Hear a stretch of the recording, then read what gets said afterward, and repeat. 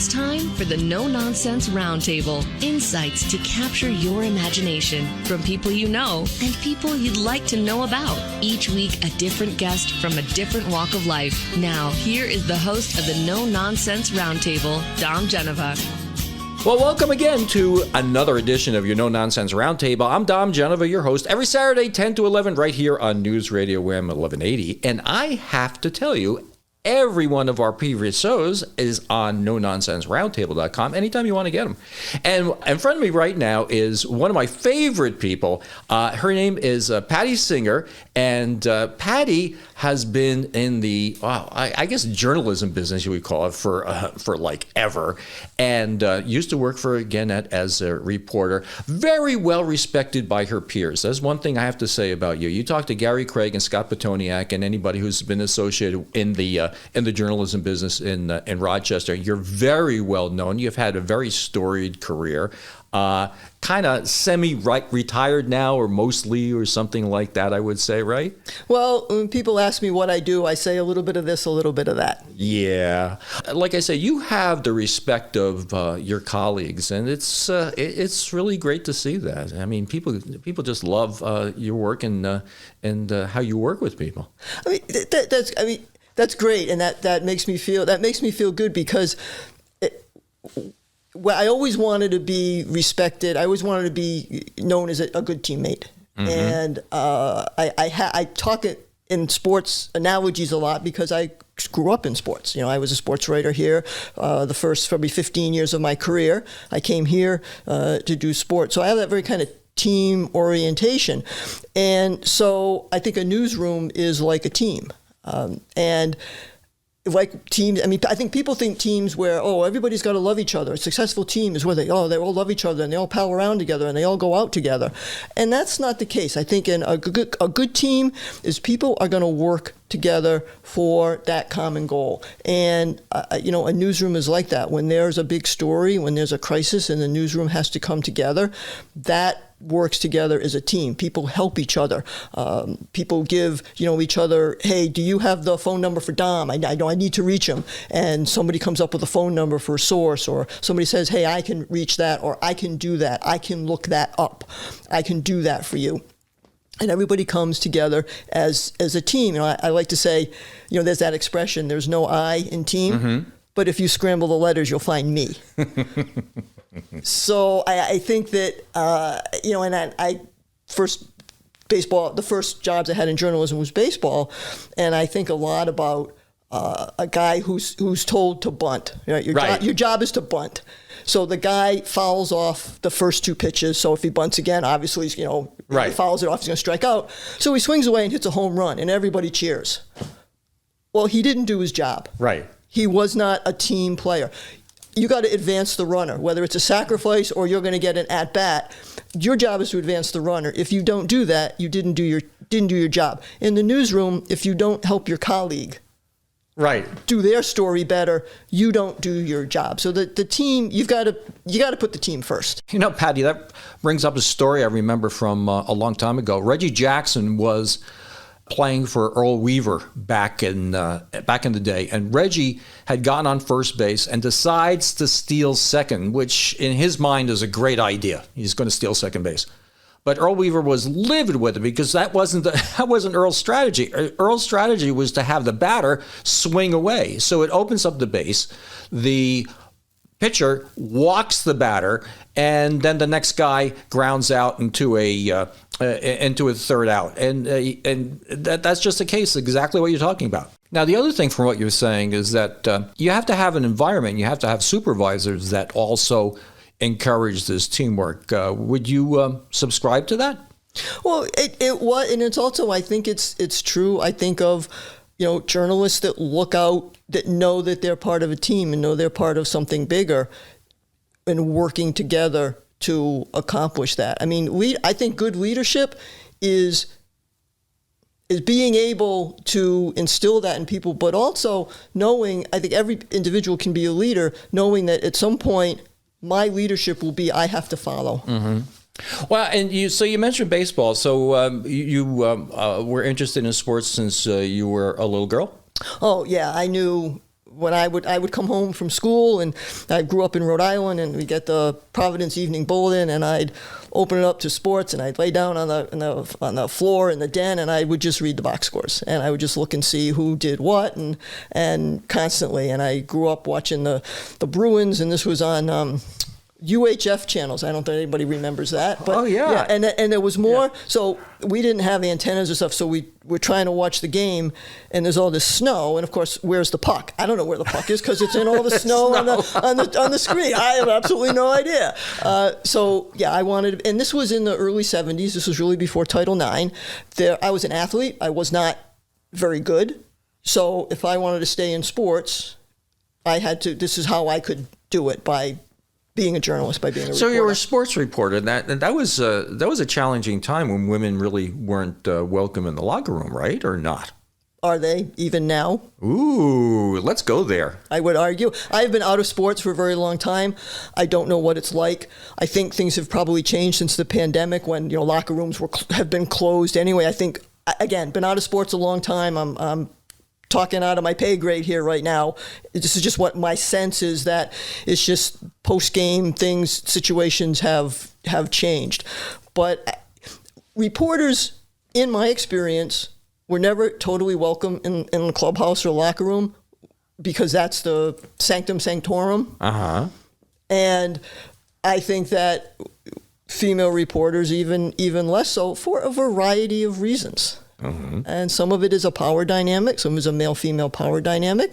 Some of it may be the issue of you're going into an area where the people who work there are in various states of undress. Mm-hmm. But I got to tell you, in my experience, there are ways around that. And I can remember the couple Red Wings players at the beginning of the season, knowing that I'm going to be there the whole time.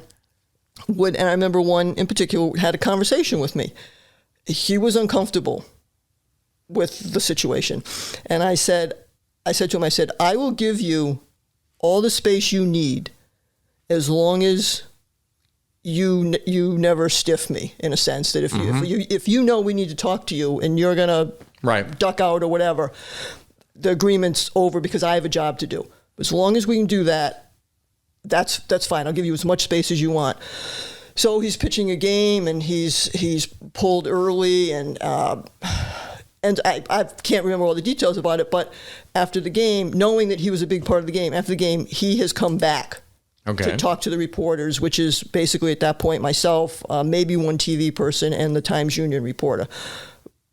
But I had a ton of respect for him because he came back. He showed up. His word was good. It's right. So he was a man of his word, and I tried to be a woman of my word. So what was the first, I call them paid gig, what's the first thing that you wrote and you got paid for? The Cranston Mirror. My father knew the guy. I think they were in the Masons together.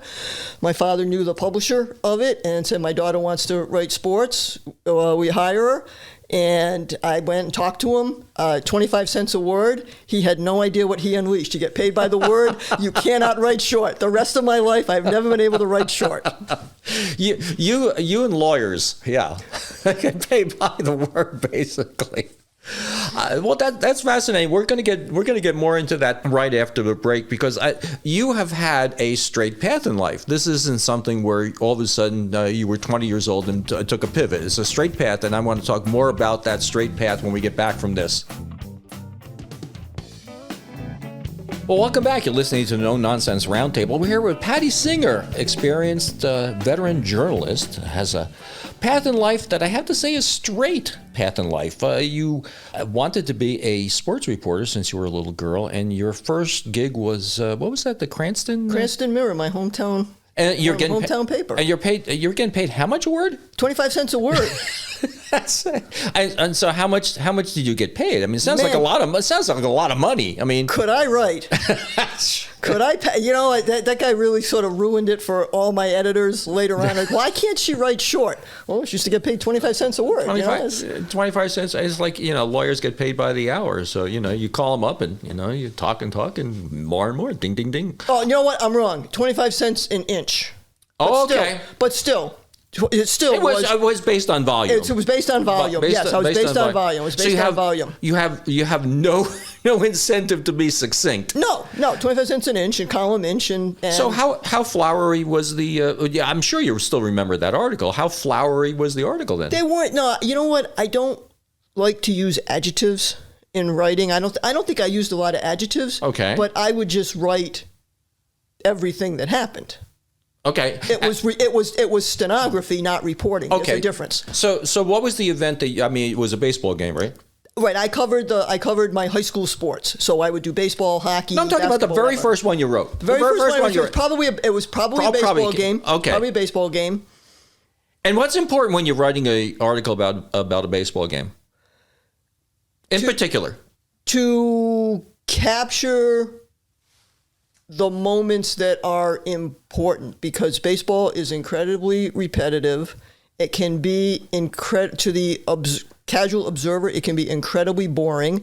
It can seem incredibly that absolutely nothing is happening. It can be somewhat like chess, where it's going on in people's heads. What do you want to do?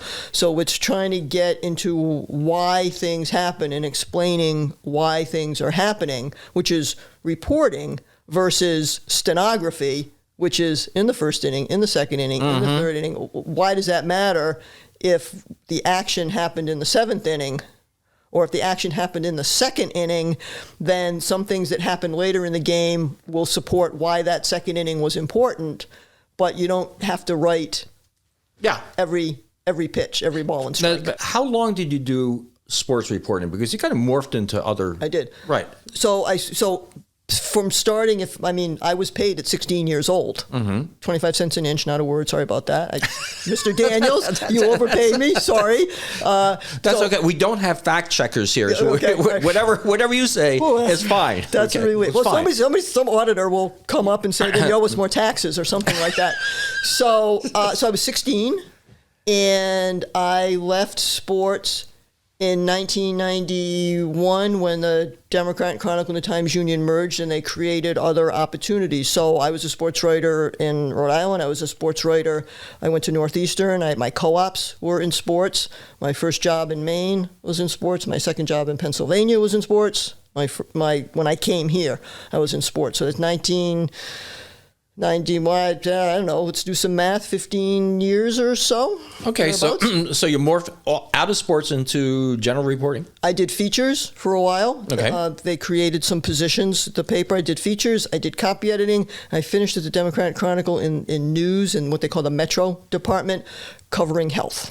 So what was the most fun? Oh my God, it was all fun. I can't Really? say. Oh, yeah. Yeah, it's fun when when I thought it might stop being fun, I stopped doing it. Really? That sounds fascinating. Tell me more about that. That sounds fascinating. I wanted it to stay. Look, you don't say to somebody, when you go to work, you go, I'm not going to go play today. I'm going to work today. It is work. Right. But you want the enjoyment. You want that 80-20 rule, 80% enjoyment, 20% work. When you sense that things are starting to shift, it's time to start looking at, do you want to go 20% fun, 80% work? Do you want to go 50-50? And that's a decision that everybody has to make on their own to do.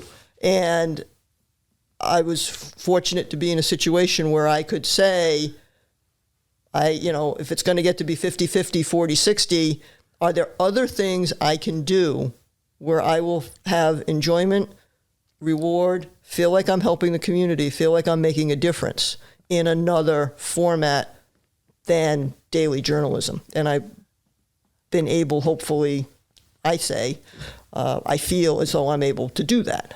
So what I can absolutely relate, because obviously I worked for a big company for a long time before I started my dealerships. But I can absolutely relate to that. But there's something about, you're talking about something in the environment that I would think. You're talking about something in the environment that changed that made you feel this way. Is that right? I think it's also something in me. So I was 16 years old. I wanted to be a sports writer. And from 16 to 30-ish, say, I remember years exactly, 16 to 30, so that's 15 years. At that point, that's half my life, right? I'm doing sports writing. At some point, so I took the opportunity when they created different positions at the paper. I did not want to be 40, covering sports, asking a 20-year-old what pitch he hit for a home run. Mm-hmm. I could sense that in a few years from that was not going to be important for me, and I would start to resent that. Why am I asking a 20-year-old what pitch he hit for a home run? Who cares? Right. Other than him or his parents or the opposing pitcher who gave up the home run, why does that matter in the grand scheme of things? So change was beginning in me.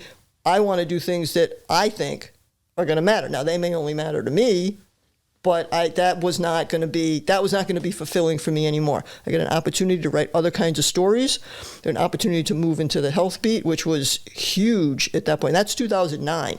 So I was very fortunate. So that's the beginning of the Affordable Care Act. I mean, all this stuff is happening in healthcare, all these changes going on. I was able to write this blog that focused on how people could try to get the cost of their health care, to understand high deductible health insurance.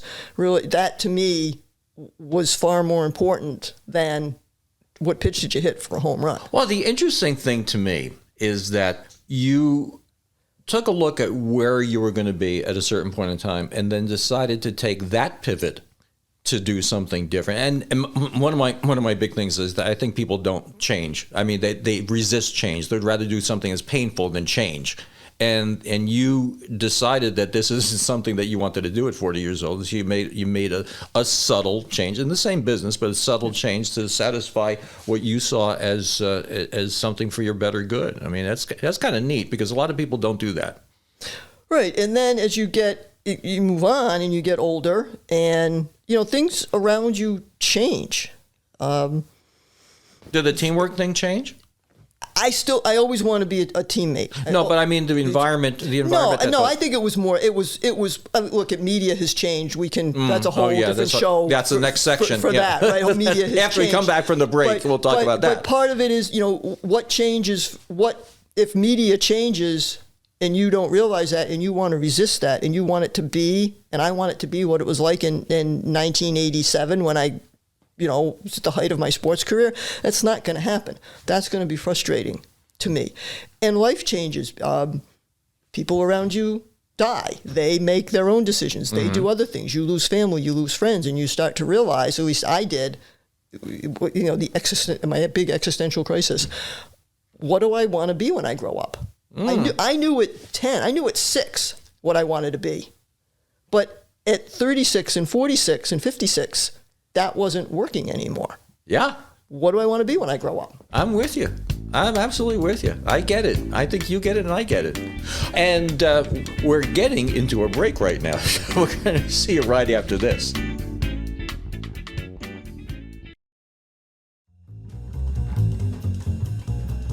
Well, welcome back. You're listening to No Nonsense Roundtable. We're talking to Patti Singer, veteran journalist, and we were talking about her path in life. Started writing at the age of 16, it was, and getting paid by the inch. So you probably have no idea of how many inches you've written so far. Probably go around the world, like 37 times or something like that, I would think, right? I mean, maybe from here to the moon, I'd have to line them all up. I don't know. We'll see. Inch by inch. Yeah. So, I mean, you've seen a dramatic change in journalism society. I mean, the whole deal now is so different than it was years ago. And we were talking during the break, and the most trusted man in America back when was Walter Cronkite. And when he spoke out against the Vietnam War, Lyndon Johnson knew he lost America because Walter wouldn't let you know how he felt about things. He didn't editorialize on purpose because he didn't want people to think that he was biased, even though he was a very liberal fellow. So why don't we comment about that a little bit, about the path of journalism over the past how many years? I think that people will talk about people far more who studied this far more than I have and turned it into a whole academic field of studying the change in media. I've lived through it. I haven't studied, the wherefores and the whys, but from my perspective, I would think that the start of cable news, when you have 24 hours, back in the day, as that expression goes, the news was on, twice a day for maybe a total of an hour, hour and a half. And so you had 3 networks, and what did they cover? You didn't have the space to fill. And TV went off at 11 o'clock at night, right? Right. You had test pattern from 11 to 5 in the morning. Mm-hmm. There's just now the sheer amount of space you have to fill. Nature abhors a vacuum. So what are you going to put? What is going to get sucked into that vacuum to fill that space? And entertainment, more sports, more news passing as entertainment passing as news. You've got 24 hours to fill. Right. How much repetition can you have in that? And now you've got internet and you've got, smartphones, and everybody is a reporter to some extent. Right. Because you have, platforms like TikTok, like Reddit, like Instagram, where people can put their own, like Facebook, where people can put their own take on news events, or even sort of create their own news events to post. So everybody's in a sense a reporter, a news person, putting out their stories. So there's just the sheer volume that has changed all of that. And I will use the term classically trained journalist, which is someone who goes to school to learn journalism in my era, which was the 70s, learning about libel law, learning how to put a story together, learning how to vet sources, learning how to use data or research. Now it's data, but learning how to research a story. Those things shouldn't go away. And when you're dealing with media, but people call it mainstream media, but when you're dealing with established legacy media, those things haven't gone away. But when you're dealing sometimes with citizen journalists, citizen reporters, right, people who want to put their own stories out, are they trained in that? Are they trained to know where to go find data to back up what it is they're saying? Or are they just putting it out there? So then a classically trained journalist has all that information out there that then they have to kind of sift through to provide the context, to provide the perspective, the interpretation of it, so that it is meaningful and provides context so people know what it is they're reading. I think that's missing. I think the context and the perspective, it's what's missing a lot these days. So is there something that you should look for when you're looking at news online? I mean, personally speaking, I look at a liberal source and a conservative source, and the same story is covered 2 different ways. Is there some cues you should be looking for when you're looking at a story? Is there a bias? Is there some way of making some type of a judgment of what a good journalism is? I think considering the source, where am I getting this from? People will say, "Oh, where'd you get that from?" "Oh, I got it from Facebook." Okay, Facebook got it from someplace else. Whoever posted it got it from someplace else. Consider the source, right? So find your source. I find that articles, if I'm reading something and I think this is a news article and I'm seeing a lot of adjectives in it, I'm thinking, wait a minute, is this a news article or is this opinion? And how is it labeled? Because if you're writing a news article, in my world, my opinion, world according to Patti, minimize the adjectives. If you need to differentiate between the red car and the black car, yes, you need an adjective there. But adjectives that are to give your opinion. If someone's acting aggressive, or if give me, I'm losing a chance for a word now. But if your adjectives are judgmental, right, then no matter what side you're coming from, that to me could read a bias. So I've started to read articles like that. And I'll think, why is that adjective here? Is that adjective necessary? Right. I get it. Yes, I could see that. When you say liberal governor or conservative governor, all of a sudden you're adding another dimension to it rather than saying governor did this. Or that way, or even, and I can't, I'm trying to think of something right now, and I read something recently where there was just the tone and the words used. I felt you were trying to get me to believe a certain thing. So there's an adage in journalism which is show me, don't tell me. So right. If you want to say someone's aggressive or someone, whatever, we'll go liberal, conservative, give an example of what policies they may have put in place, or give an example of the actions, or give an example of, charges against a person or something.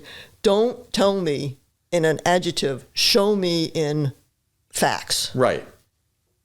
Yeah, I got that. Well, I think the news these days, I think people kind of gravitate toward news sources that kind of reinforce the way they feel.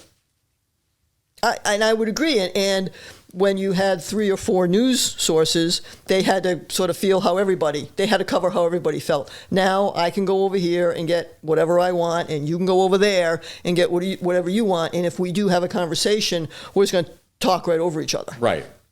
Right. I got you. The craft of journalism has been diluted by like you said, the citizen journalist too. I mean, people publish things online and have absolutely no training with it, and some of it's good and some of it's bad, and that's what we have to deal with these days, I suppose, right?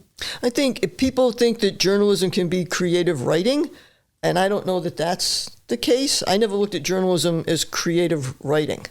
I think your concept of adjectives is brilliant, quite frankly. I mean, I'm going to start looking at news articles in a different way right now because you said that, which is a great reason to have had you on the show so far. So, and we have one more segment to go, and we are going to be right back after this.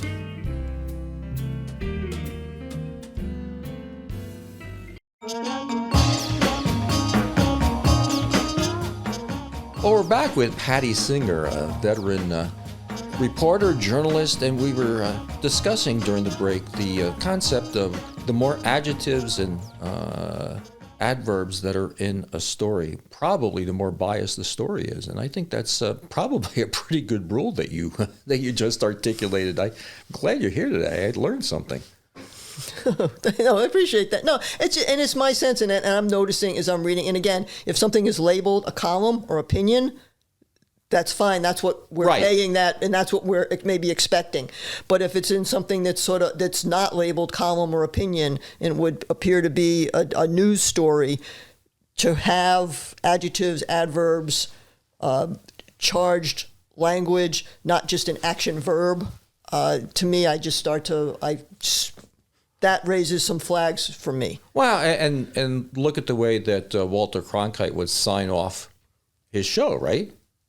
That's the way it is, which is not necessarily the way everybody signs off a show these days. So let's talk about pivoting. Let's pivot a little bit more to the other things that you're doing now. You're quite the artist. Thank you. I appreciate that. I have one of your pictures, paintings, whatever you want to call it. It's just great stuff. So you got involved in doing this when? It was very accidental. It was probably about 8 years ago. I'm thinking, and it was something at the time the Democrat and Chronicle wanted the reporters to get involved in community things, and it was Rochester Contemporary had their 6x6. And so my colleague, the person who sat across the desk from me, said, "Hey, are you gonna do this thing?" And I went, "I can't draw. I can't draw a stick figure." But I said, "Oh yeah, okay, all right." And so I went to the art store on the main street and said, "Hey, I'm doing this this 6x6, and I don't know what I'm doing. I can't draw. What do I need to do this?" And so Sally was wonderful in showing me all this stuff. "Oh, of course you can draw. Of course you can do this." And so my partner then, Bill, he was incredibly encouraging. with my art, and he was a big inspiration for me to do it. The last few years of his life, I would do art I started every day doing some kind of artwork and would show him every day what I had done. And that's something I continued. I call myself the Cal Ripken of art. I think every day for the last 6 or 7 years, I have done something with some sort of drawing or something, even if it's just a couple lines to sketch something out. Every day I will do something. I figure I floss my teeth every day. I can do this every day.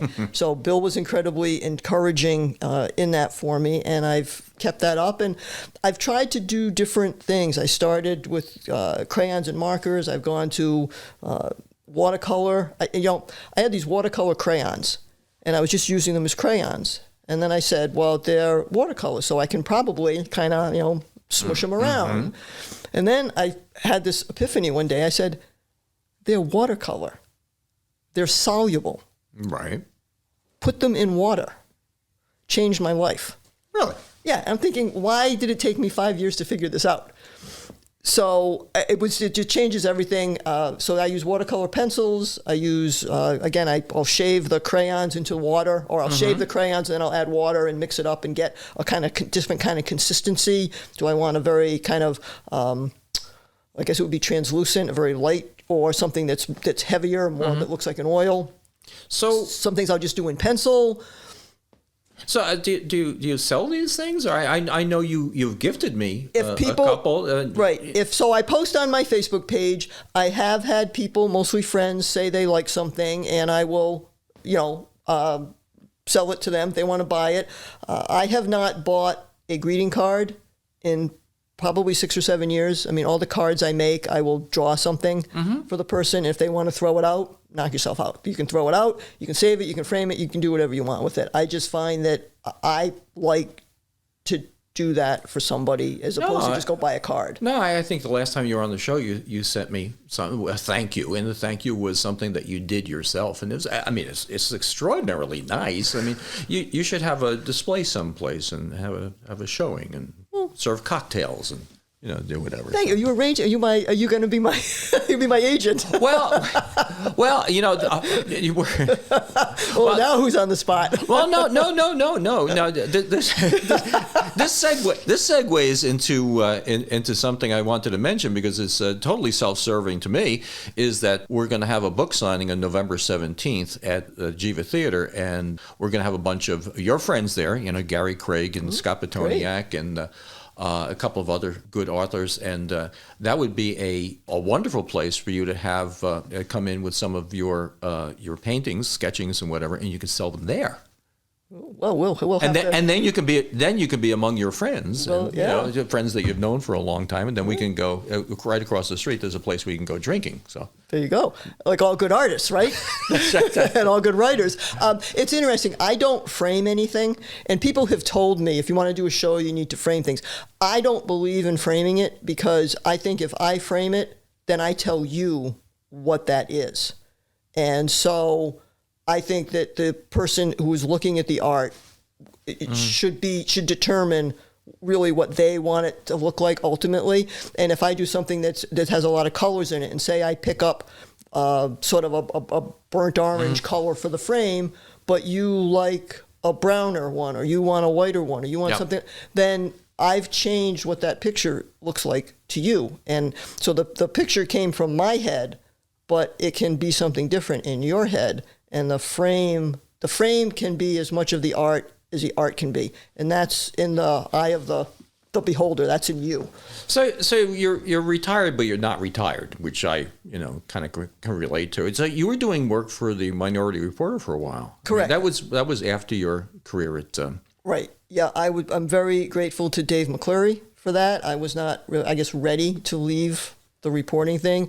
Dave took me on, and I had a great year and a half with him and his staff, and I'm very, very appreciative of Dave for all that he did for me. I wanted to do, changing from sports to other things is just, when you're a journalist, it's hard for you to get involved in community because we can have biases. Right. That you then have to write about these people that you've worked for. And I wanted to do some other things. I'm getting a chance to do some volunteer work now, getting a chance to do some things in my neighborhood association, and so things that I couldn't do as a journalist because you have to. Right. And I respect Gannett for this. Gannett was very strong on this, and I agree with them 100% that you do journalism and you have to separate outside things. You can't let that influence your journalism. But now that I'm not, a full-time journalist for any publication, I can explore some of those other volunteer positions, some other things I want to get involved in, and not feel as though that is going to bias my reporting because I'm not doing that kind of reporting. Right. I'm a believer in the minority reporter because I think we got to get out of our own silos. We have to experience other people's lives and whatever. And minority reporter, I don't know how many people that are listeners that subscribe to it, but it's a great way of seeing a side of life that maybe you're not getting exposure to. And how long were you working with Dave? I was there about a year and a half with Dave. Yeah. Good organization. We only have about a minute left. Last thoughts? Oh, wow. Now I do bad radio. I do bad radio for you because now we have the dead air. That's terrible. Last thoughts are we live in difficult times. And how can we make them less difficult for ourselves and for the people that we say we love? That's it.